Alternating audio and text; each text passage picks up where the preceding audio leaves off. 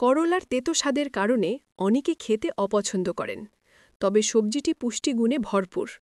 নিয়মিত তিতা করলা খাওয়ার অভ্যাস করলে নানা রকমের রোগবালাই থেকে মুক্তি পাওয়া যায়। সেই সঙ্গে পাওয়া যায় প্রচুর পুষ্টি উপাদান, যা শরীরের জন্য অতি প্রয়োজনীয়। করলা রক্তের সমস্যা দূর করে।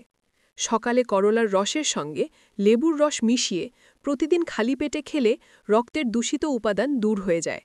একই সঙ্গে অ্যালার্জিজনিত সমস্যা থেকে মুক্তি পাওয়া যায়। করলায় রয়েছে adenosine monophosphate activated protein kinase.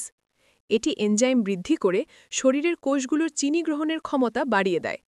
তাই ডায়াবেটিসের রোগীরা নিয়মিত করলার রস খেলে উপকার পাবেন। এর রস শরীরের কোষের ভেতর গ্লুকোজের বিপাক ক্রিয়াও বাড়িয়ে দেয়, ফলে রক্তের চিনির পরিমাণ কমে যায়।